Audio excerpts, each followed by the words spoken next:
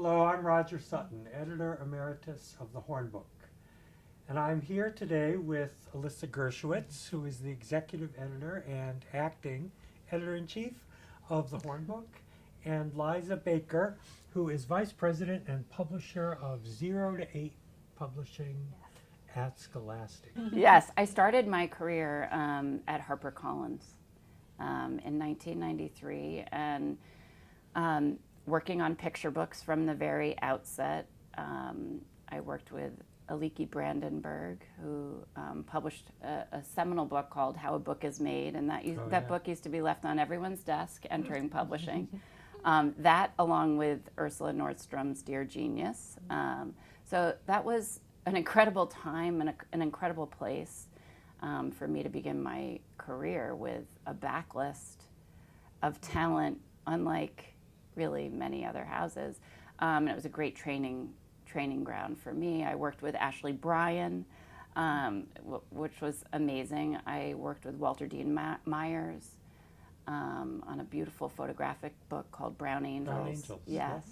So those were my early days. And so it was picture books from the beginning for you? Picture books from the beginning, yes. And that was really what I loved the most. I loved art and loved studying art history in addition to English in school, and so I knew that was going to be my path, or that was the path I hoped for. So then I came to Scholastic, and I worked under Burnett Ford and Jean Fywell, working on picture books and on novelty books, and that's when I first fell in love with board books and lift the flap books and that category of publishing that is highly creative and very inspirational to me, and there's a really nice overlap with picture books. And then I went to Little Brown, where I worked as editor-in-chief of their picture book list for 10 years with Patty Ann Harris, who was our creative director. We've kind of traveled together. We've traveled together. We've worked together 20 years. So, and now I've been back at Scholastic for 9 years. Growing our picture book list, and I'm really proud of the books. I've always been proud of the books I've worked on and celebrated and championed, but it's a particularly exciting time for the list. So much seems to be crystallizing, and we have an incredible list of editorial talent on our team that I think that the results speak for themselves here. Well, the looks are so different. You know, when I think about, in Boston, Houghton Mifflin, wonderful publisher. But you knew a Houghton Mifflin picture book when you saw one. That's true. Right? Because Walter Lorraine had such a vision for what good picture book design was that you knew, oh, that's a Walter Lorraine book. But here, you've really got, these are all good, but they've all got good things, different good things going on. It's true. It's, a time where we really celebrate diverse voices, diverse points of view. And it certainly is an eclectic mix. And again, our objective at Scholastic, we are so kid-focused. We're always thinking about the child reader. Every child is so different.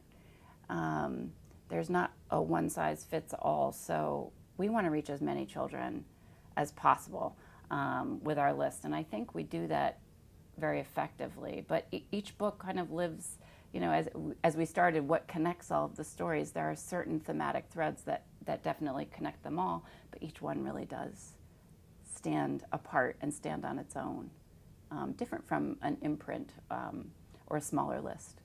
It really, having that variety and acknowledging the differences among readers and giving children choice and agency, your favorite word. To be able to use academic jargon in the Hornbook. But now she's in charge, so maybe things will change. But to be able to explore interests, and a kid might pick up one of these books and say, well, this isn't for me, but this is for me. So just acknowledging that as readers being, and young people from 0 to 8, being people is really helpful. 0 to 8, books for 0-year-olds. Imagine what those might be. How many is that, like in a year? How many books are you? We publish, in total? No, for your, for the 0 to 8? Yeah. I would say about 75. More if you include our series, our Branches and Acorns series. So, Wow. yeah, it's quite a bountiful list, very exciting. And the 0-year-olds, we create cloth books, board books, lift the flap books, novelty books. So we Do you love remember, Oh Baby, the Places You Go, a book to be read in utero? a classic, a classic. Well, today we're going to focus upon 5 new picture books that you are publishing. Yes. You edited 2 of them, and Yes. then there were 3 others within this group. And I hope we get a chance to look at each one in some detail, and you can tell us about them. But first, So when the box of books arrived, it was the biggest thrill of the week because getting actual books was just so wonderful, and being able to open the box and see all of the books. So we opened the box, we read the books one by one, enjoyed the books one by one, and we got to the end and thought, in preparation for this talk, what do we have in common? What can we see about these books together? What do you see as common elements of the books, or what drew you to them in the first place? It's such a great question, and as I mentioned to you previously, I was a bit daunted by the question. I thought, what do these books have in common thematically? Because each one is its own unique experience and journey and story. But there are many overarching themes, I would say, in each of these books. But the one word that kind of came to me in the middle of the night is bravery. And each of these books, in their own unique way, tells a very brave story. From I Am Ruby Bridges, a 6-year-old child who walked into her school as a 6-year-old little girl, and unbeknownst to her, was desegregating our school system. And challenging those norms.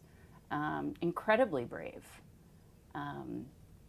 to change a planet.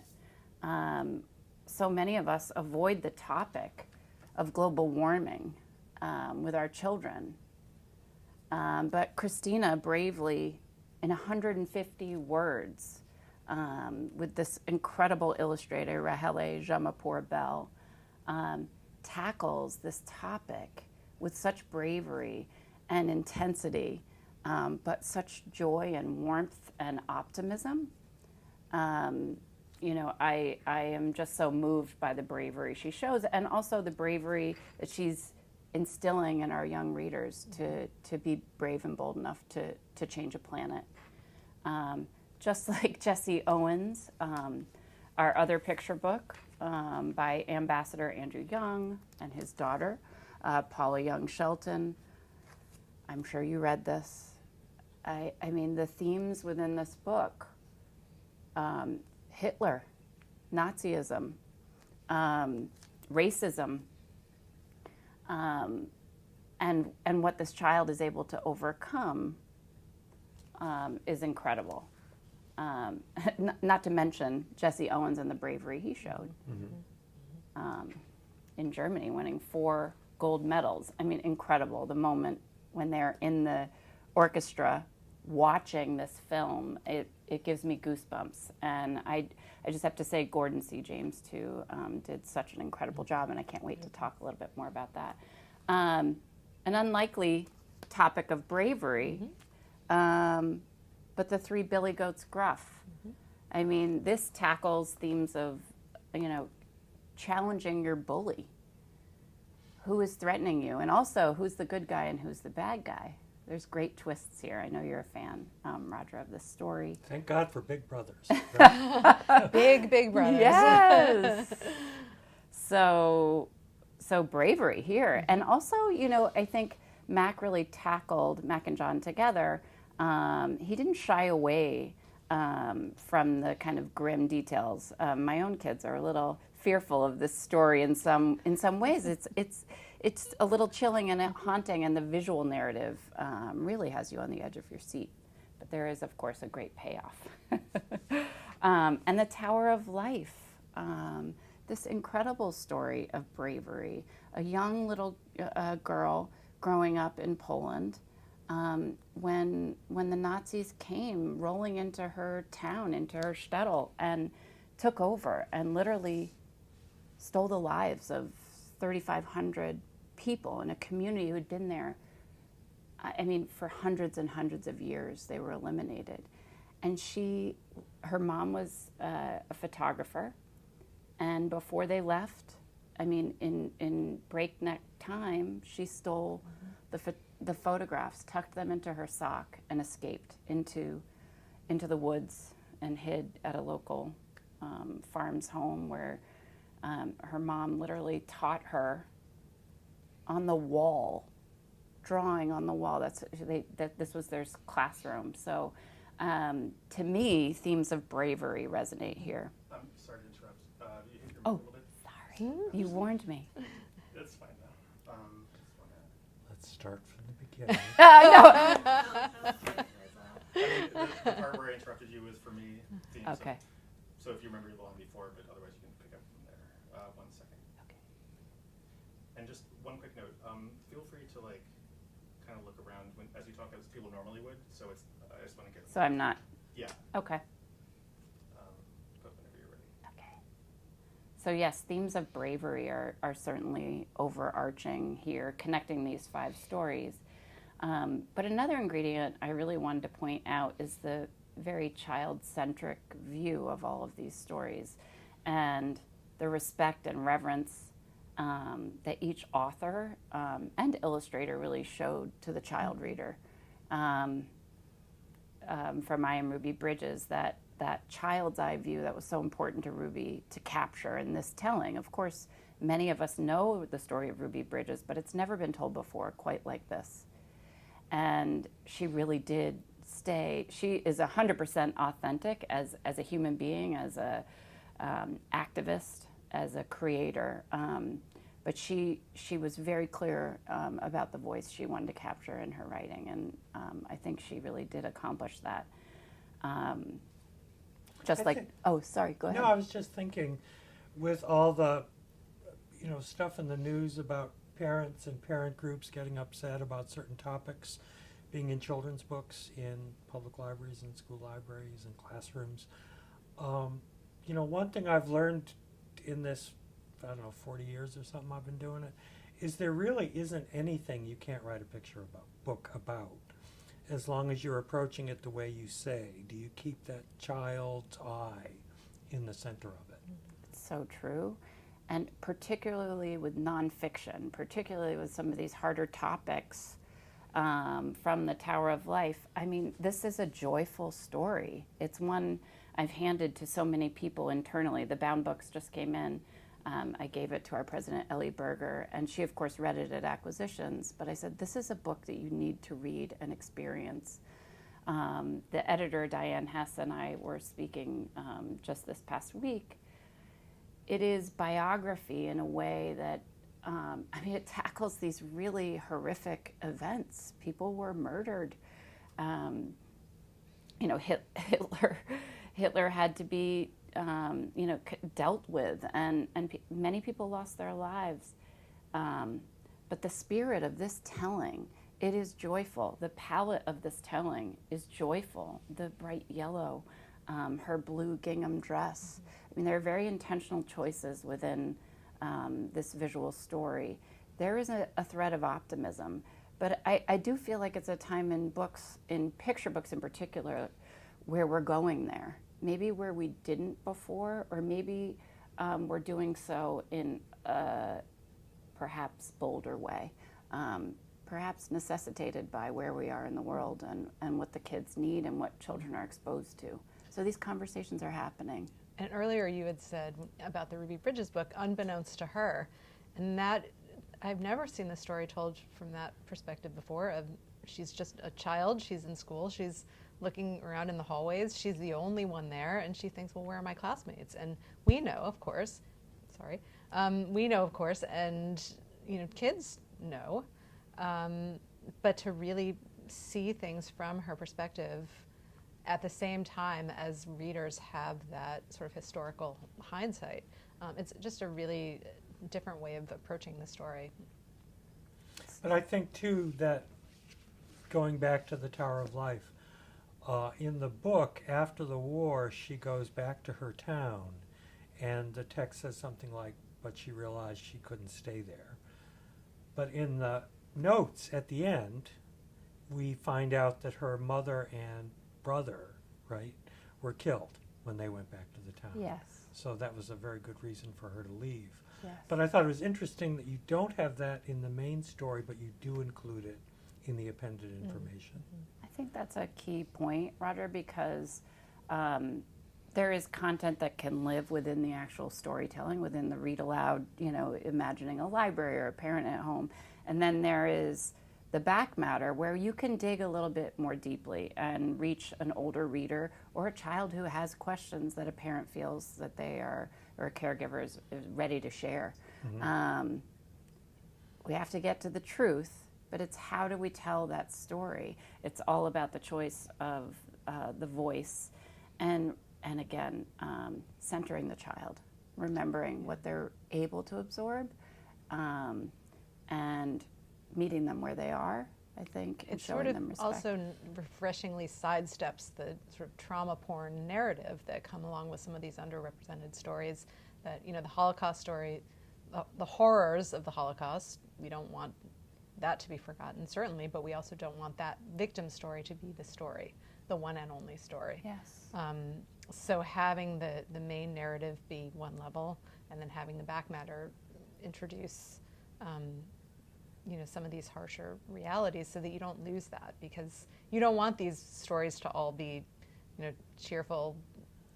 In the end, we all survived and did fine, because that's not true. It's not the truth. But in a picture book, to be able to really balance those pieces, it's difficult. And when it's done well, it really comes through. It's so true. I think it's one of the most difficult things you can do, and many books don't succeed at it. And I think many books are published with the intent they are children's books for the child, but they end up being, falling to a more academic, I think, pursuit more than really reaching a child. And that's what I'm so proud about. Each one of these books are stories that are really intended and created for the child. I will tell you that when I was reading this book to my cynical 9-year-old, he thought he knew, well, climate change, the world is bad, but the way that she really communicates that, yes, the world is bad. We're not going to sugarcoat that, but the one step and then more join, and you do what you can. And so it was just in real time. It was funny to be able to see my child respond to the book in that way, thinking that he knew, what was what. That he had the answers, But, right? yeah. If only. How do you both find, because you both have children, and how do you find having children affects your work in children's books? It keeps you honest, I would say, right? The books that I had on my shelf and loved and was so proud of sort of pre-child, some of those my kids throw out the window and say, Mommy, I don't want to read that one. I don't like that book. They're very honest. It evolves. You realize too, having 3 children, for me, each child has a different, some gravitate to the non-fictional stories. One of my boys gravitates to anything fantastical. But just another interesting, we have John Clausen on our list for the first time, which I'm so excited about. I Want My Hat Back. When I first introduced my youngest reader to that book, he looked at me like I had just stolen his favorite teddy bear and was just completely traumatized. And I realized I'll put that on the shelf. And then later, when I reintroduced, it's all age and stage, like what are they ready for? Later, he read it and understood the humor and the wink nod and was able to kind of see the nuanced meaning of the story. So for me, those are some of my observations. But Alyssa, what about you? Well, here, I mean, you went to, here we are at Simmons University Yes. in the Center for the Study of Children's Literature, Yes. where you got your degree. Yes. So what was it like when that collided with the real world, both of publishing and of having two children? It's hard to articulate. I mean, you take, like you were saying, that it's a constant reminder that every child is different, that there's no one standard. Sometimes a child is right. Sometimes you just disregard what they think when it comes to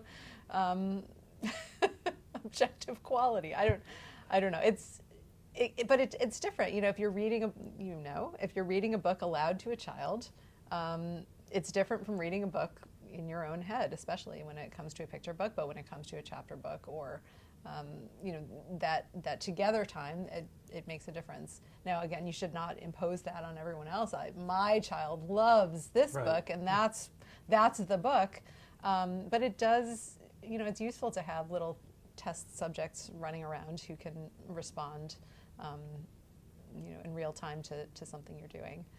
And it does help put some perspective on, this is going way off, but on things like deadlines and, when you're really focused and reading and very serious and, the children are around you and during COVID and trying to get your attention. And, I find myself snapping at them and then stopping and thinking, but I'm reading children's books and these are the children. And so it does, it keeps you humble in that way too, or me at least. I found that even in reviewing picture books, even reading them out loud to myself rather than just in my head reading can create a completely different impression of the book. Like something that seems very beautiful on the page, and then you start to read it out loud, and this sentence is long, isn't it? It's very helpful. It's so true, and that's one of the most critical litmus tests for us at Scholastic. How do we determine the best of the best picture books that we want to acquire? And it is through reading it out loud, oftentimes without any illustration on a printed sheet. Read aloud, does it sing? Does that story move you?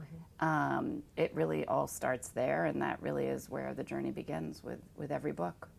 Are you looking at these as a group at Scholastic? How does that work for acquiring titles? No, very much title by title. There are times when we will acquire a talent that we know has multiple stories, like Peter Reynolds. But usually it's book by book, and it begins, no matter who you are, no matter what your experience is, no matter if you've been doing it 25, 35 years, even esteemed, revered, award-winning talent. It starts with a manuscript that you share and that people respond to and love and have a vision for and believe in. Believe that you're the right house for that book, and the right editor for that book. It's always very passion-fueled, I would say. So how do you determine, as a publisher, who's going to edit something in particular? Typically, an agent will send a manuscript to an editor that they feel is the right fit. Whatever that means, they know their taste, they know what they're looking for. We have we share what we're interested in, and often we'll receive manuscripts in that vein or your body of work that you've published. They'll find a manuscript. They'll say, "I know you liked this. I wanted to share this book with you."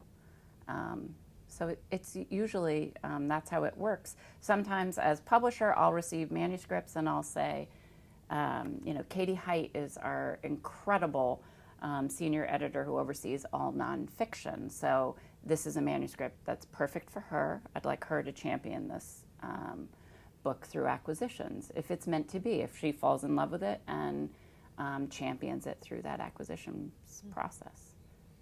So. Well, and this is such an interesting array of talent, people who are known for other genres, people who are known for other characters, people whose personalities we know, but maybe we don't know them on the page. So that was another really interesting piece, opening the box and reading through one by one, is who these authors are and what stories they're telling. And sometimes they're stories you could sort of predict, and sometimes they're totally unexpected. And this is really exciting to see this array and see who we have in front of us. Well, thank you for making that observation. Yes, I mean, Christina is, of course, widely published and revered and acclaimed. This is her first picture book. And again, as I mentioned before, the fact that it's 150 words is truly incredible. And Tracy Mack, the editor of this book, really wanted me to share, you know, her fear. She fell in love with this instantly and called the agent like within 20 minutes of receiving this manuscript and said, I have to publish this book. You know, you're dashing hopes of would-be writers all over America as you speak. I hope not. I hope I'm doing the opposite. But I mean, I think as much as she was incredibly excited about working with Christina, who's fantastic, it was this topic and the dire need for this book. I think Tracy very much came at it from needing it for her own children, but just as a message to the world. And what I loved learning, Rahele shared these beautiful early thumbnail color sketches from a book dummy that she created that literally took my breath away. But Tracy and Marika, who is the art director for this book, sent a list of 35 to 40 adjectives, words that they wanted Rahele to kind of internalize and focus on, because I think the greatest fear was that this would be a frightening book and one that would be dire and doomsday. But really, we wanted this, and I love. It's just so powerful. This idea that the power of one. That's what you come away from this story. Yes, you are one, but one person plus another person can change the planet, can change the world. You'll see this child, non-gendered child with a green scarf. The green scarf represents the earth, and this is the child we follow through this journey.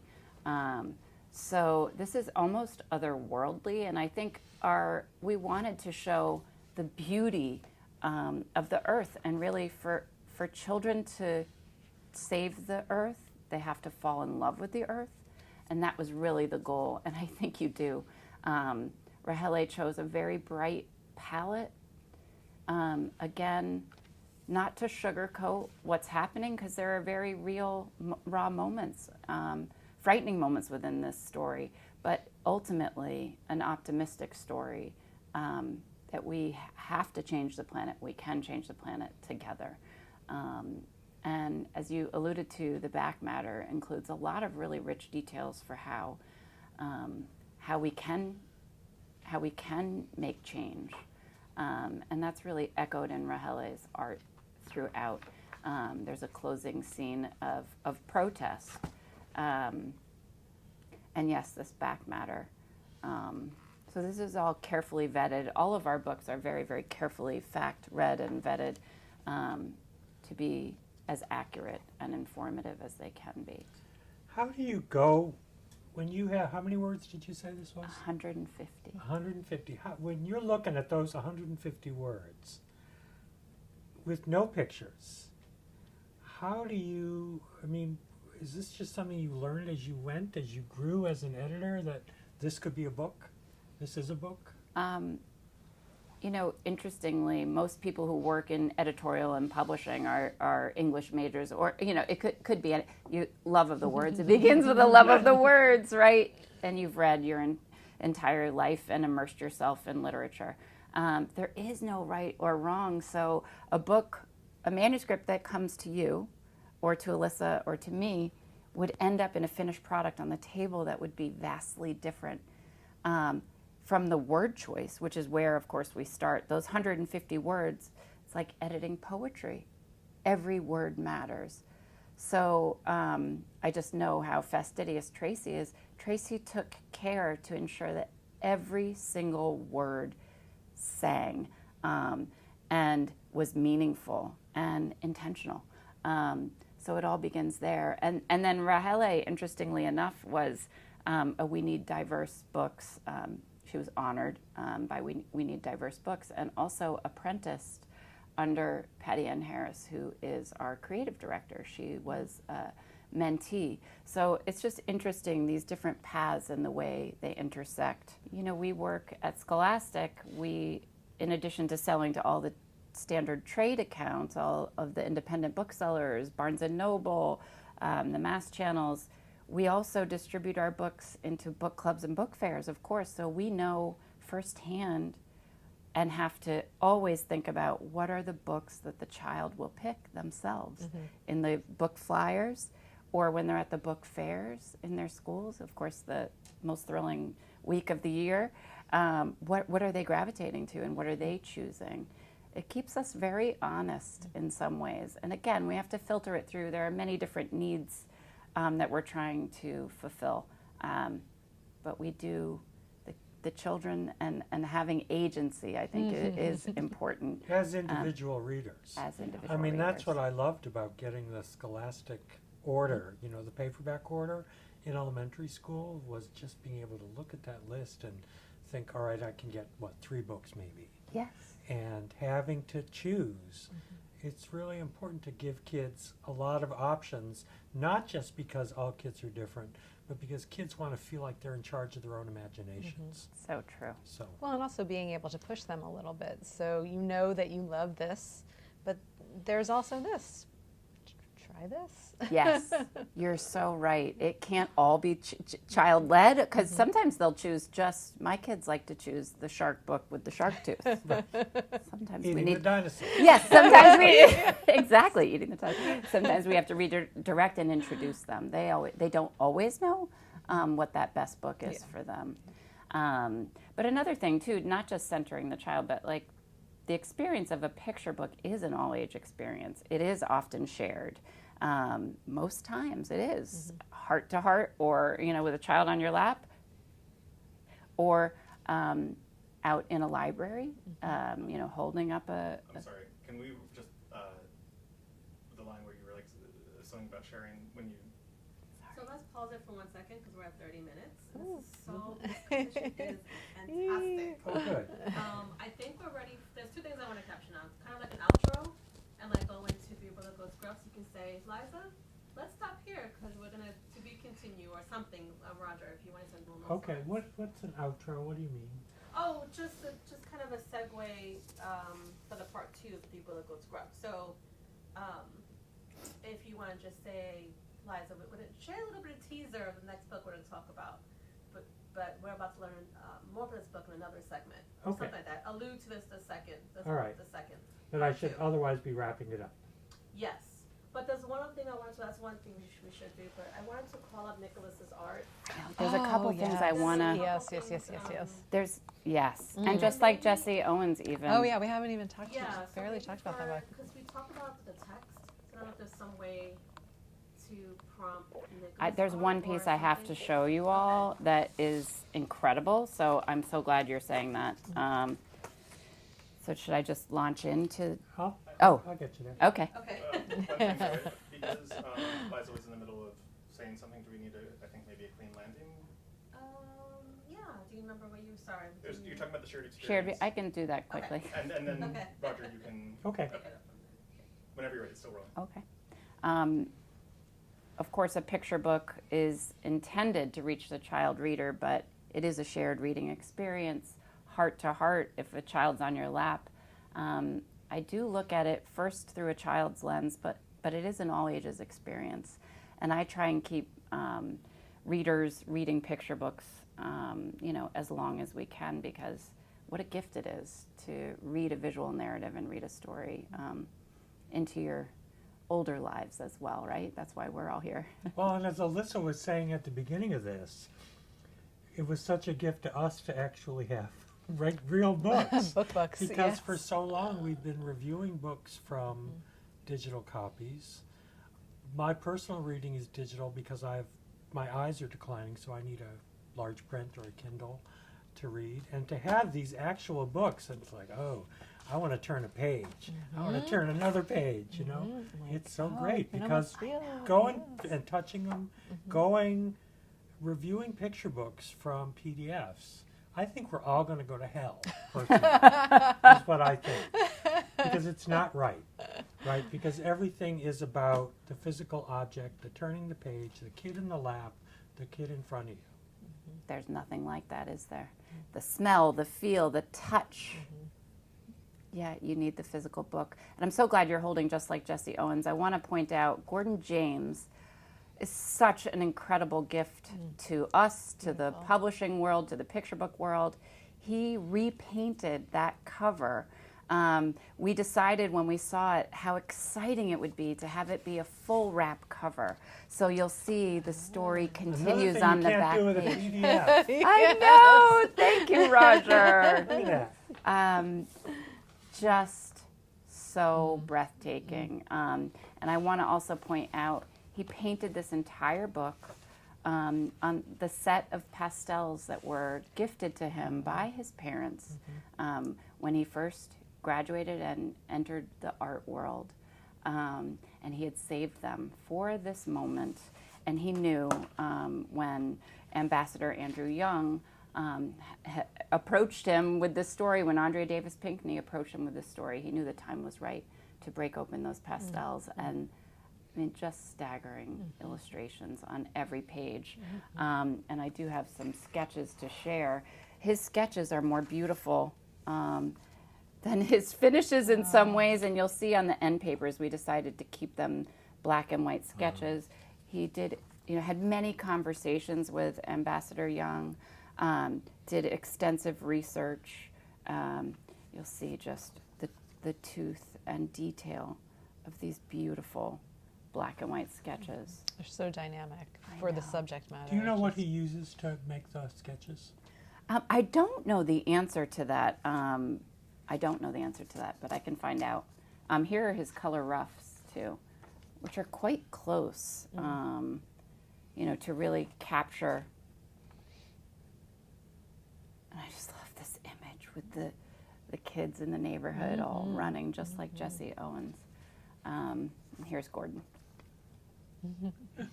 So,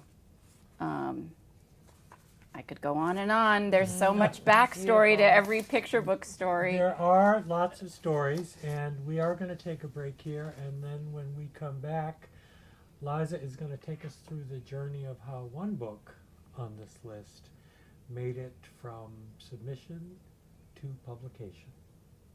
Thank you for being with us. That's perfect, but we're gonna one more talk about Nicholas Smith. art. I know. I saw you holding Let me this, and get there. sorry. I threw a curve. He did the 1619 picture book, right? Yes, that's He where did. I first remember his art from. Yeah. Are we still recording? Yeah. Okay. So I just have to tell the journey of how we came to find Nicholas Smith. Patty Ann Harris, our creative director, and I were looking for the perfect artist to bring Ruby's story to life anew. And interestingly, this artist, artivist, he calls himself an artivist because he is an activist, posted this image of Ruby Bridges on Instagram.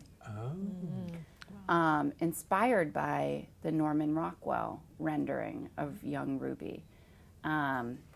So we took it as a sign and we reached out to Nicholas. And when I say we fell in love with Nicholas, the moment we chatted with him, I am speaking absolute truth. Nicholas we had a virtual call, and his new baby was in the call, coming in and out, because of course he's illustrating from home. Nicholas has he has a TED Talk, incredibly inspiring human being and artist, and worked for Disney for many years. He's a painter and published author in his own right. But when we came to him with this Ruby Bridges story, he said, I have to do this book. He said, I grew up with the Norman Rockwell painting in my home. I'm a black boy from Texas.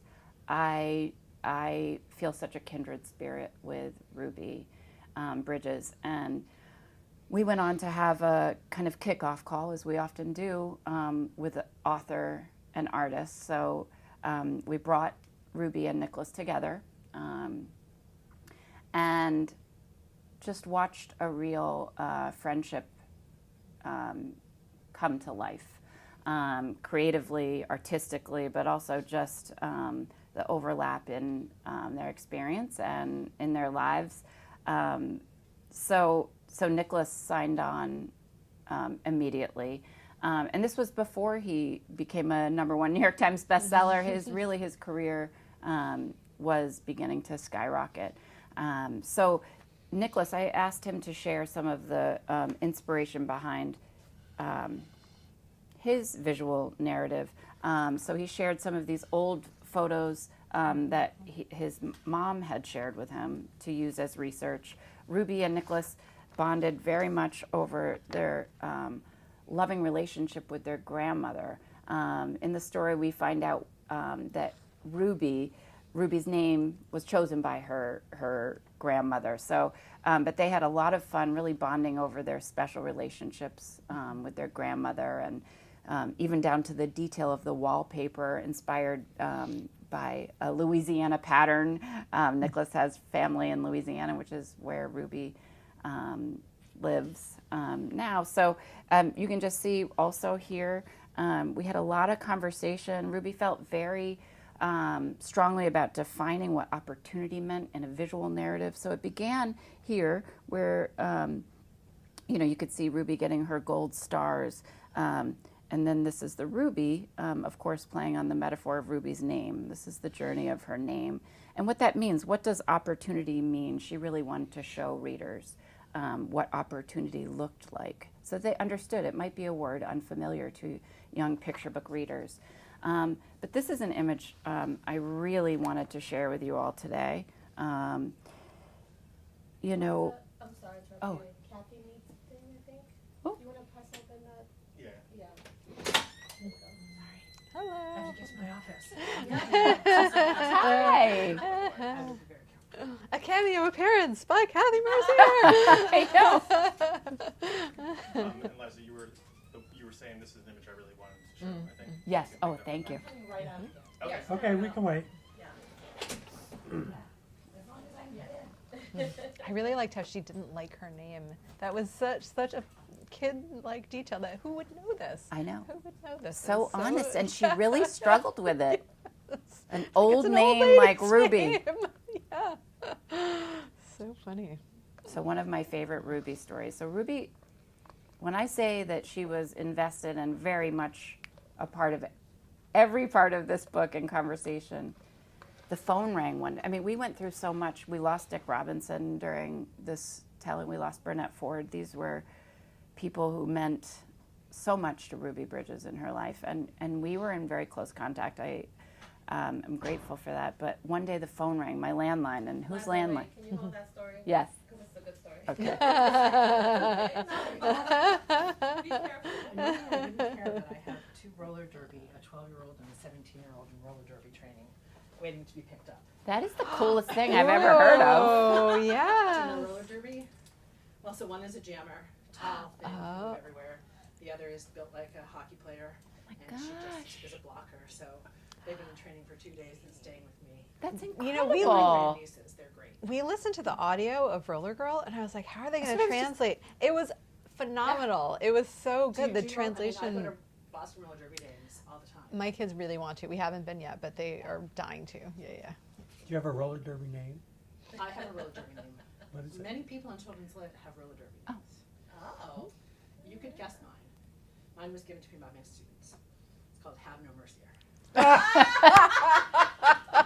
On that note, I love you all. Go girls. Go girls. Hey, Kath. Rock and roll. That is perfect. Sorry to interrupt. All right. Try to get this to shut for you. We'll wait for that final latch, right? It's loud and clunky. I know, it's really good. Should I tell the story? So we should pick it up. Do you want to start from the beginning? I have an interesting story to tell. Oh, Also, you were saying you wanted to show off that. Oh, yeah, the one particular piece. yeah. Should I do the story first or this first?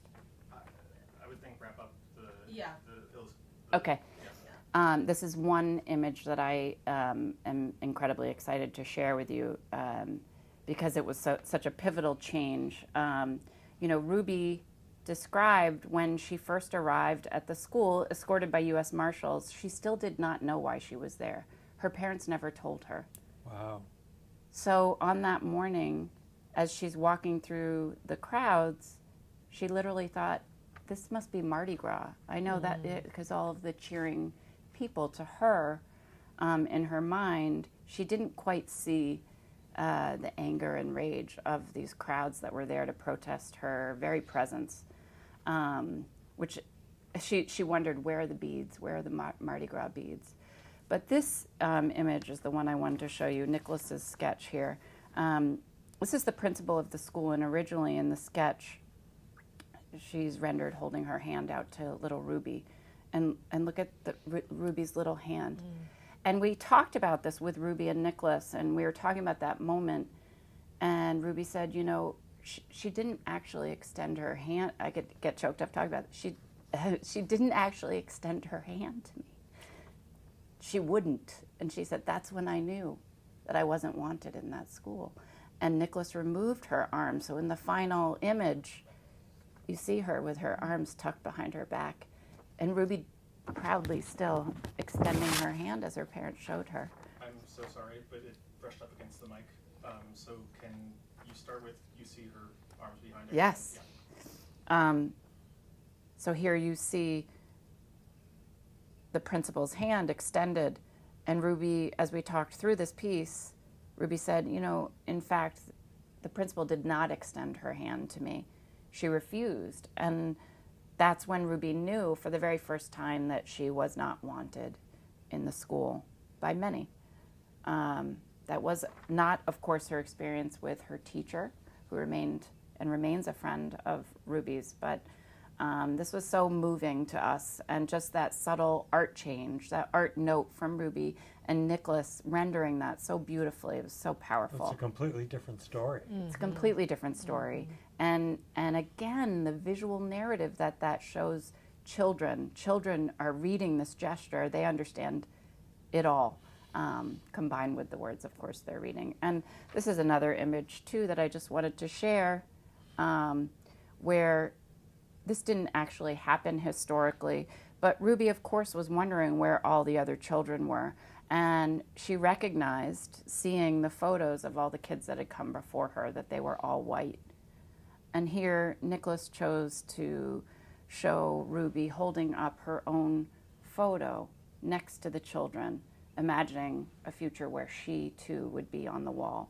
And that the children who would come after her would look like her. And the last image I wanted to share, Nicholas felt so strongly about creating a bridge. Of course, the name Bridges, and bridge plays a really powerful role in this storytelling. But here, Nicholas really wanted to render a bridge in a way that children could understand and recreate, that they too can be the bridge. So he created this bridge with fingers, very intentionally, to show unification of Black people and white people and all people, but also to make it relatable for children, and to center it on the child, that they too can be the bridge. Got to keep the kid at the center. We I mean, do. isn't that the first rule, Isn't that really, of publishing for children? so true? I feel warm and fuzzy. Do you want to take a break and then we'll come back and Sure. Yeah. stand up for a few minutes? Or I can't believe we got all of that within like 35 Of course, I'm thinking all the things I left out. That just No, There's so I think much.